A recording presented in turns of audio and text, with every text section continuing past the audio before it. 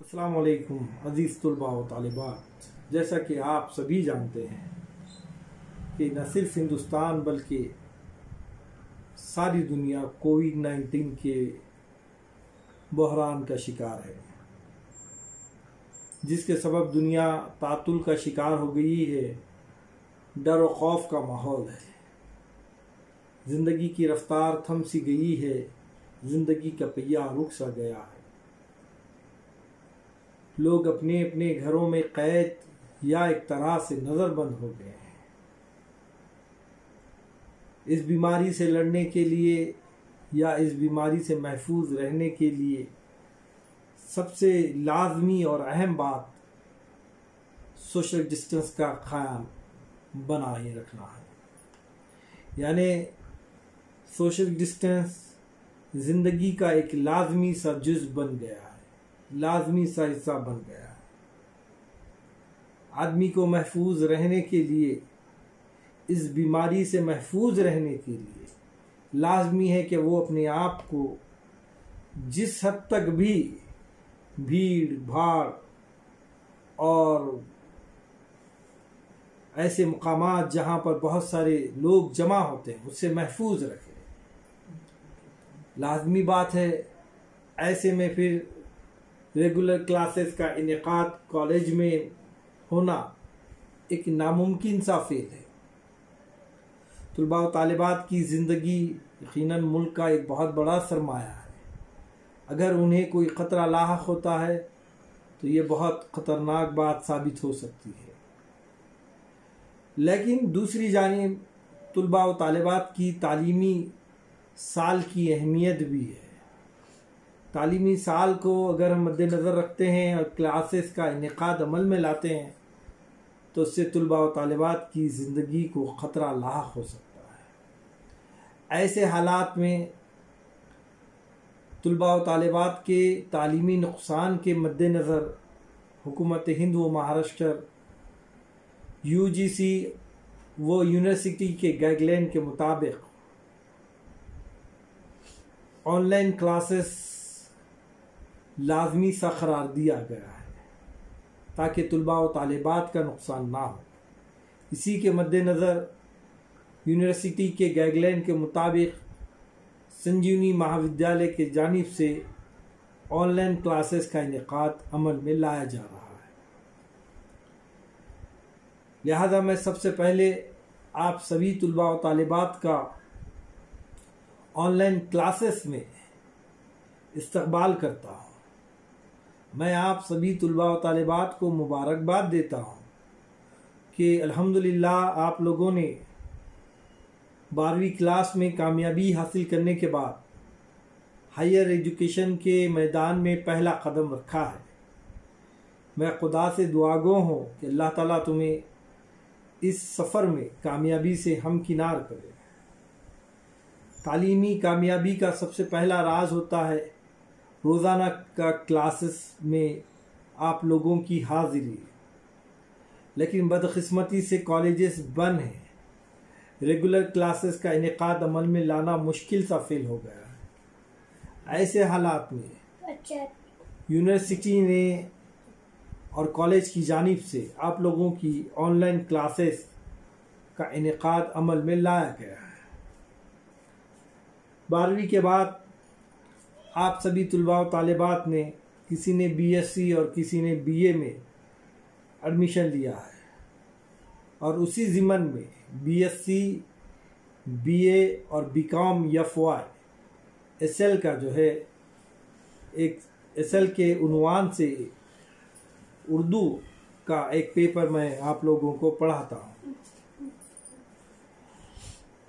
SL یعنی second language کا یہ پیپر اردو کی شاعری کے اصناف پر مبنی ہے، اور یہ پیپر تھیری کا پیپر 40 نمبرات پر مختص ہے، جبکہ انٹرنل امتحانات آپ کے 35 نمبرات پر منعقد کیے جاتے ہیں۔ تھیری کا پیپر 40 نمبر جبکہ 35 نمبر آپ کے انٹرنل کے جو ہے طے کیے جاتے ہیں۔ جس میں 2 انٹرنل ایگزام ہوتے ہیں اور ایک اسائنمنٹ جو ہے طے کیا جاتا ہے۔ بہرکیف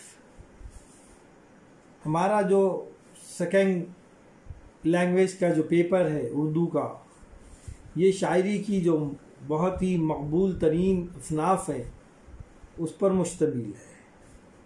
اردو شاعری کی جہاں مختلف اصناف ہیں، اس میں سب سے مشہور و مقبول ترین صنف غزل ہے۔ غزل کے بعد دوسری صنف نظم آتی ہے، اور نظم کی ایک طویل ترین صنف مثنوی ہے جو ہمارے سلیبس میں، ہمارے نصاب میں شامل کی گئی ہے۔ لہذا ہم سب سے پہلے مثنوی کی تعریف کو پڑھیں گے اور اس کے آغاز و ارتقاء پر بھی روشنی ڈالیں گے۔ مختلف مثنوی نگار اور مختلف اہم مثنویات پر مختصر جائزہ بھی ہم اپنے نصاب میں لیں گے۔ اس کے علاوہ ہمارے سلیبس میں جو مثنویات شامل ہیں، جس میں خاص طور پر میر تقی میر اور علامہ اقبال کی لکھی ہوئی 2 اہم مثنوی ہیں۔ ایک ہے میر تقی میر کی لکھی ہوئی بارش اور میر کا مکان، تو علامہ اقبال کا لکھا ہوا ساقی نامہ، یہ 2 مشہور مثنوی ہمارے نصاب میں شامل ہیں، جس کو ہم پڑھیں گے، اس کے تشریحات کو سمجھیں گے، اس کے معنی و مفہوم کو سمجھیں گے، اقبال کو سمجھنے کی کوشش کریں گے، میر تقی میر کو بھی سمجھنے کی اس کے ساتھ ساتھ کوشش کریں گے۔ ان 2 مثنویات کے بعد ہمارے نصاب میں شامل دوسری شاعری کی صنف وہ ہے قصیدہ۔ اردو شاعری کی یہ بہت ہی اہم ترین صنف ہے جو ہمارے نصاب میں شامل ہے، لہذا ہم اپنے نصاب میں قصیدے کی تعریف کے ساتھ ساتھ غالب کا لکھا ہوا ایک بہت ہی اہم قصیدہ ہے جس کا نام تھا در مداح بہادر شاہ ظفر۔ بہادر شاہ ظفر کی شان میں غالب نے ایک قصیدہ لکھا تھا۔ غالب بہادر شاہ ظفر کے استاد بھی مانے جاتے ہیں۔ بہادر شاہ ظفر مغلیہ سلطنت کے آخری چشم و چراغ ہیں، جن کے بعد سلطنت مغلیہ کا خاتمہ ہو گیا اور انگریز اس ملک پر قابض ہو گئے۔ بہادر شاہ ظفر بذات خود ایک شاعر بھی تھے اور غالب کی شاگردی کو استادی کو قبول کیا تھا۔ اس کے علاوہ نصاب میں شامل اور ایک اہم قصیدہ ہے جس کا نام ہے در تہنیت غسل صحت نواب تجمل حسین خان۔ میر لکھنوی کا لکھا ہوا یہ قصیدہ ہے جس میں نواب صاحب کی صحت یابی پر یا وہ صحت یاب ہونے کے بعد ان کی شان میں، ان کی محبت میں میر لکھنوی نے یہ خوبصورت سا قصیدہ لکھا تھا۔ انشاءاللہ اس قصیدے کو بھی ہم پڑھیں گے، اس کے معنی، وہ مفہوم، وہ تشریحات کو بھی سمجھنے کی کوشش کریں گے۔ اردو شاعری کی اور ایک اہم صنف مرثیہ ہے۔ آپ طلباء و طالبات یوں تو یہ تمام اصناف کو بچپن سے ہی اپنے نصابی کتابات میں اردو کی کتاب میں پڑھتے آئے ہیں، ادبی اعتبار سے ہو یا پھر مذہبی اعتبار سے مرثیے کی کافی اہمیت رہی ہے۔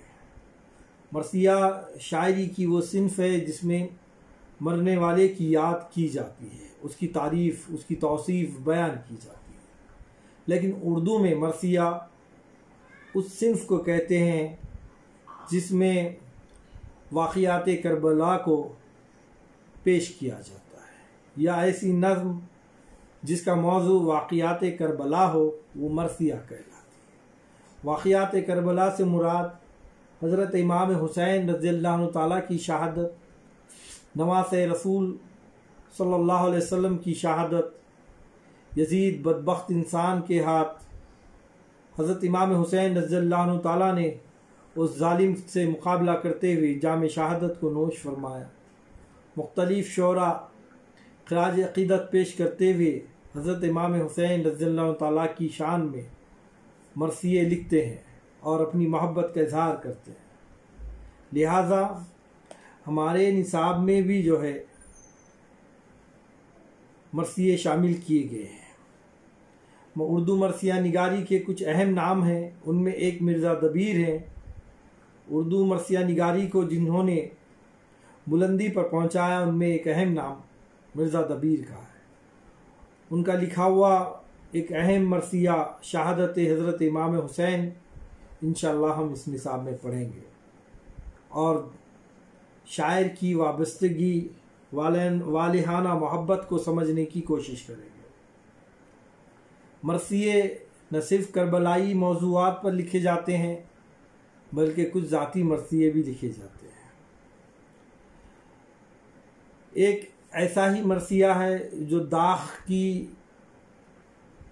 کے انتقال پر لکھا ہے۔ داغ دراصل علامہ اقبال کے استاد رہے ہیں۔ اقبال نے کچھ عرصے تک داغ دہلوی سے اپنے اشعار پر اصلاح لی ہے، لہذا داغ کے انتقال پر علامہ اقبال نے بھی مرثیہ لکھا ہے۔